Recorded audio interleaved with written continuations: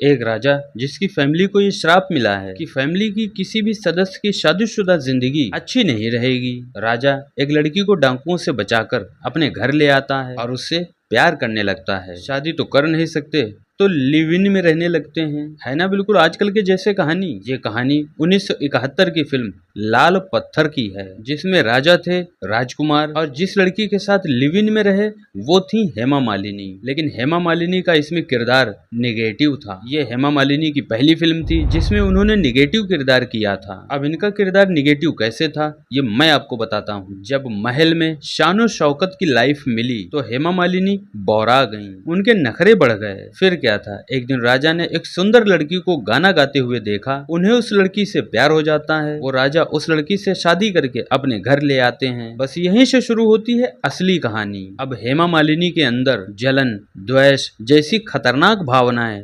कुलांचे मारने लगी और लग गई उसी काम को करने में जिसका श्राप राजा के फैमिली को मिला था। ये आगे की कहानी भी बिल्कुल आजकल के समय में फिट होती है ना कमाल। एक लेखक की दूरदर्शिता को समझिए। ऐसा पहले तो कम ही होता होगा पर आजकल आम हो गया है, पर फिर भी उस समय ऐसी कहानी दे दी गई जो आज के समय की है। हमारा बॉलीवुड आज की अपेक्षा पहले ज्यादा मेहनत करता था। अब आपको एक पॉइंट और बताता हूँ, ये फिल्म ओरिजिनल कहानी पर बेस्ड नहीं थी बल्कि ये हिंदी में रीमेक की गई थी। ये ओरिजिनली रूप से एक बंगाली फिल्म है जिसे 1964 में बनाया गया था। अब सोचिए जरा, असली कहानी 64 में लिखी गई थी। इस फिल्म में हेमा मालिनी के किरदार के लिए सबसे पहले वैजंती माला को कास्ट किया गया था, पर राजकुमार ने एक इवेंट में हेमा मालिनी को देख लिया। वे हेमा पर फ्लैट हो गए। अब क्या था, प्रोड्यूसर से जबरदस्ती करके वैजंती माला को बाहर निकलवा दिया और हेमा को कास्ट करवा लिया। ये हेमा मालिनी का शुरुआत का दौर था। उन्होंने अभी तक कुछ ही फिल्में की थी लेकिन इतना बड़ा नाम नहीं था। उधर वैजंती माला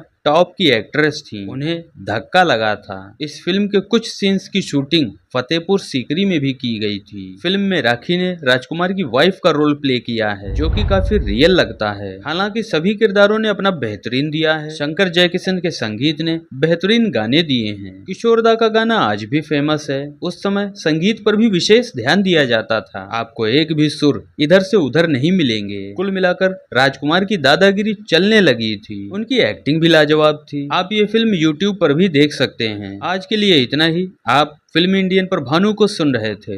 धन्यवाद।